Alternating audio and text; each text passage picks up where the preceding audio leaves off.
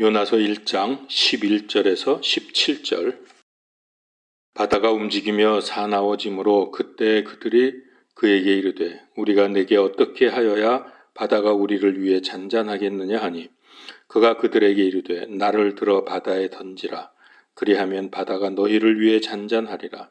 나로 인하여 이 큰 폭풍이 너희에게 임한 줄을 내가 아노라 하니라. 그럼에도 불구하고 그 사람들이 힘써 노를 저어 배를 육지로 가져가려 하였으나 바다가 움직이며 그들을 향해 사나워짐으로 능히 하지 못하더라. 그러므로 그들이 주께 부르짖어 이르되 오 주여 주께 간청하고 간청하오니 이 사람의 생명으로 인하여 우리가 망하지 않게 하옵소서. 무죄한 피를 우리에게 돌리지 마옵소서. 오 주여 주께서는 친히 기뻐하시는 대로 행하셨나이다 하고 이처럼 요나를 들어 바다에 던지니 바다가 격렬히 뛰놀기를 그치매 그때 그 사람들이 주를 심히 두려워하여 주께 희생물을 드리고 서원을 하였더라. 이제 주께서 이미 큰 물고기를 예비하사 요나를 삼키게 하시매 요나가 밤낮으로 사흘 동안 그 물고기 뱃속에 있었더라. 아멘. 소설이나 영화 혹은 강의 이런 모든 이야기에는 시작이 있고 내용이 전개되고 결론이 있습니다. 이 중에 어느 한 부분이라도 소홀히 하면 전체 내용을 제대로 이해할 수 없습니다. 성경도 마찬가지입니다. 성경을 읽다 보면 정말 놀라운 것 중에 하나는 1600년 동안 걸쳐서 서로 다른 저자들에 의해서 기록된 66권의 각각의 책들이 어떻게 그리 일관성이 있고 통일성을 유지하고 있는지 신기할 뿐입니다. 오늘은 성경의 세 부분 중에서 요나서를 통해서 내용 부분을 정리하려고 합니다. 첫 번째로 요나서는 우주 역사와 인류 역사가 하나님의 주권 안에서 진행된다는 것을 가르쳐 줍니다. 모든 일들이 하나님의 뜻대로 되어 간다는 말입니다. 비록 요나가 하나님 말씀에 불순종해서 니느웨가 아닌 반대 방향으로 뛰었지만 하나님은 풍랑과 물고기를 사용하셔서 자신의 뜻을 이루셨습니다. 또 니느웨의 더위 때문에 고생하는 요나에게 박넝쿨과 벌레를 준비하셔서 자연계에도 하나님의 뜻에 따라 움직인다고 하는 것을 알려줍니다. 잠언서 29장 26절에 보면 주권자에게 은혜를 구하는 자가 많으나 사람의 일의 작정은 주께로 말미암느니라. 그래서 모든 역사의 진행은 하나님의 주권 안에 달려 있다는 것을 요나서를 통해서 우리가 배울 수 있고요. 두 번째는 요나서에서 하나님의 놀라운 사랑을 알게 됩니다.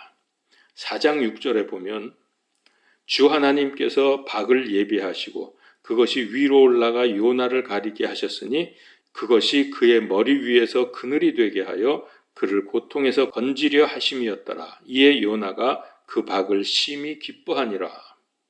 이거는 개인에게 베푸시는 하나님의 사랑을 보여줍니다.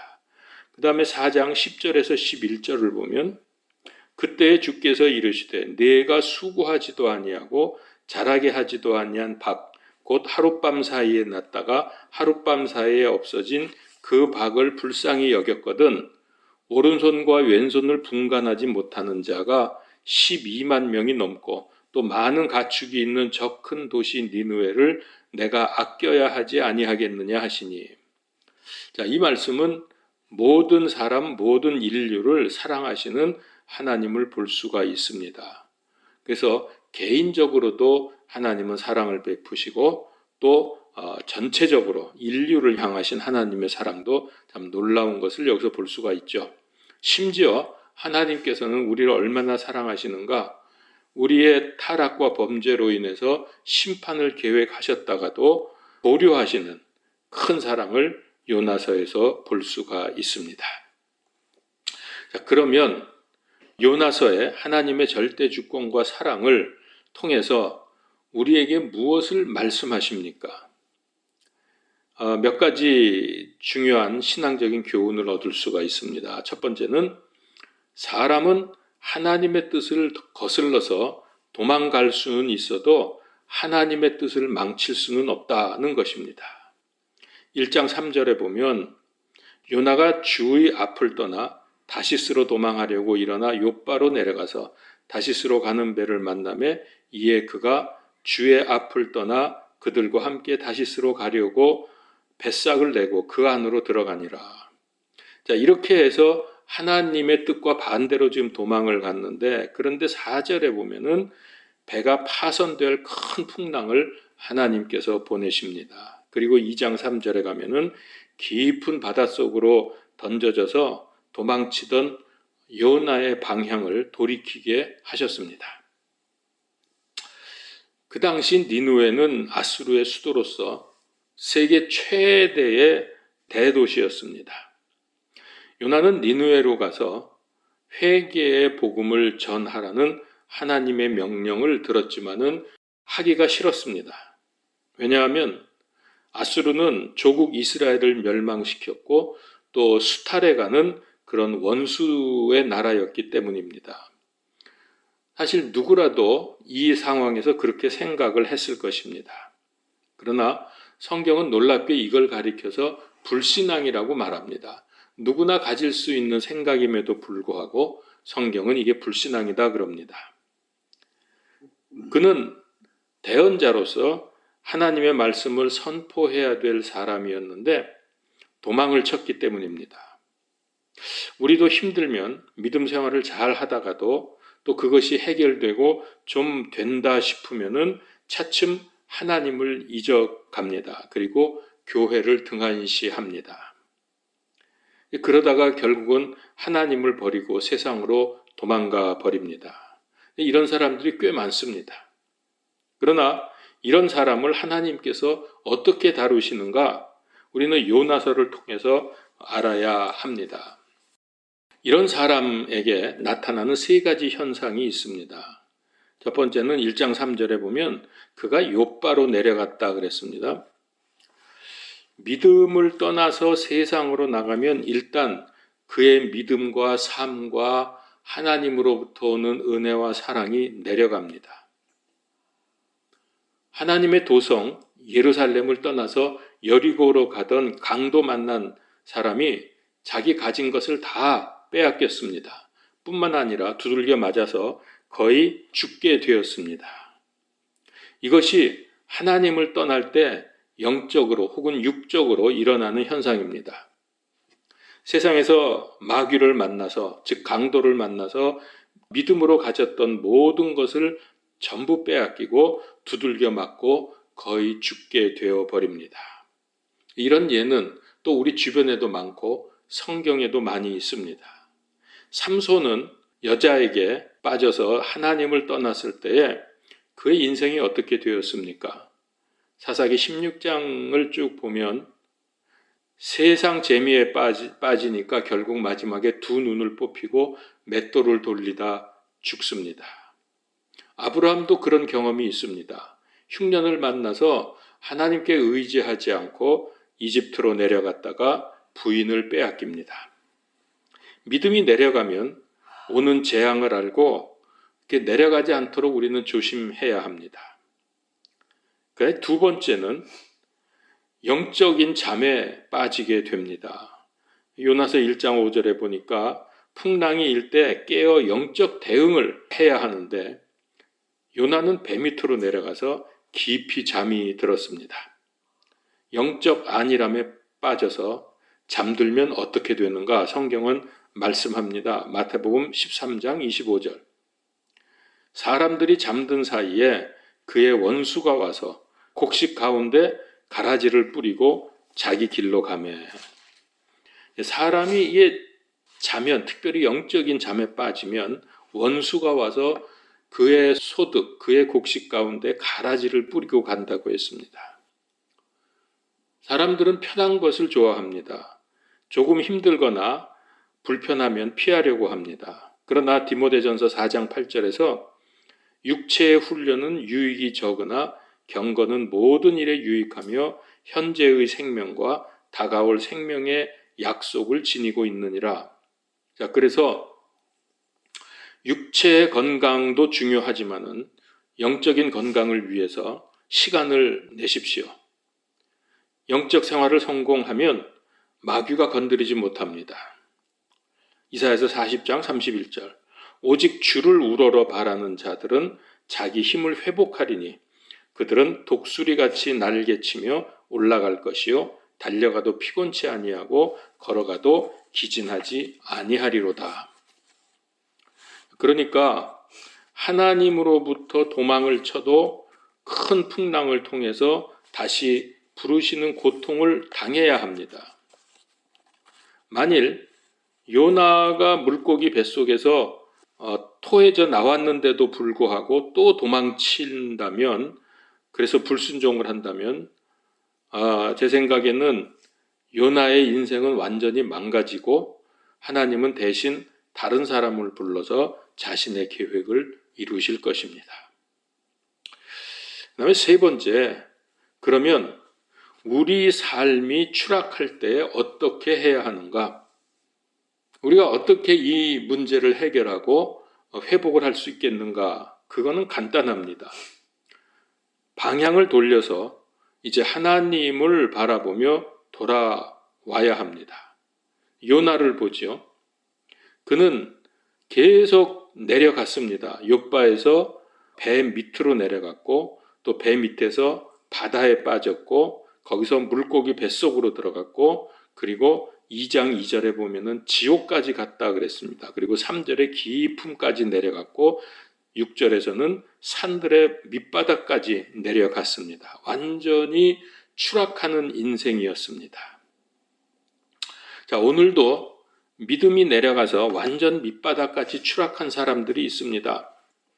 경제 문제, 가정 문제, 건강 문제 등 어떤 문제이든 인생의 밑바닥까지 내려갔어도 지금 거기서 내 모습 이대로 주 받으시옵소서 하면서 주 하나님께로 돌이켜야 합니다. 이때 하나님께서 역사하십니다. 그러면 어떻게 돌이킬 수 있습니까? 먼저 전날의 불신앙과 불순종을 회개하는 겁니다. 1장 12절에 보니까 나를 들어 바다에 던지라 그랬습니다. 이 모든 문제가 인생의 풍랑으로 오는 이 모든 문제가 나 때문임을 고백하는 것입니다. 그리고 다음은 하나님께 용서를 구하고 받아주시도록 기도하는 겁니다. 세상 살 때에 일이 꼬이고 사업도 막히고 가정 문제가 일어나면 기도할 수밖에 없습니다. 그러다 잘 되면은 열심히 뜨겁게 기도하지 않는 게 인간의 속성입니다.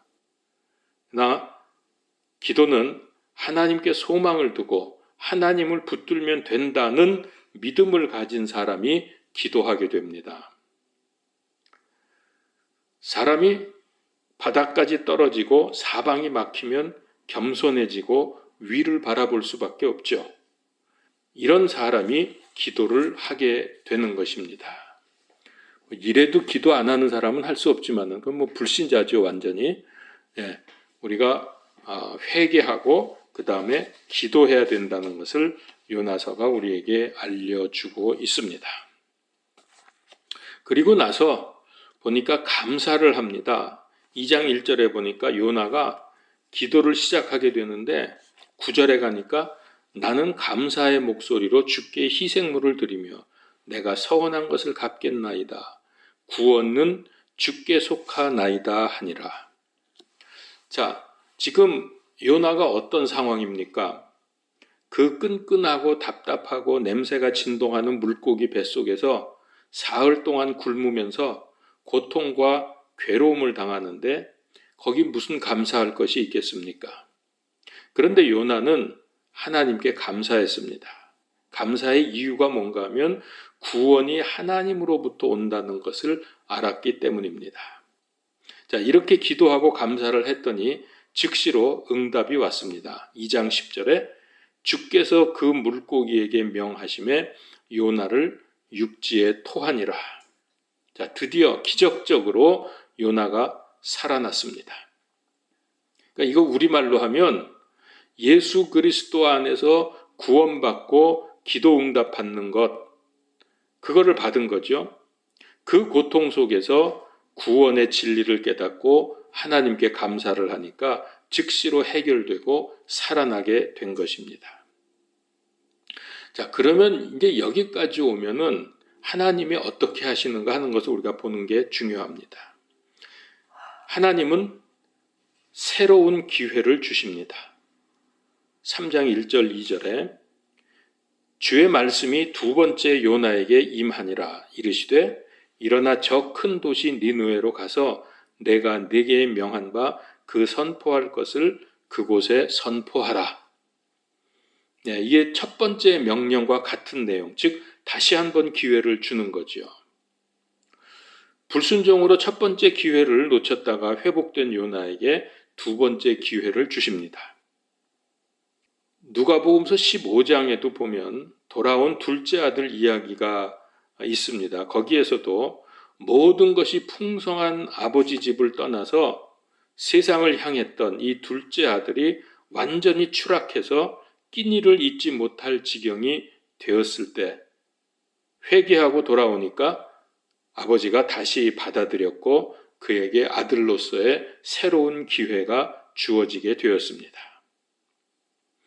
자, 그러면 회복의 마지막 단계로 이제 다시는 하나님을 떠나지 말고 하나님 말씀에 순종하면 됩니다.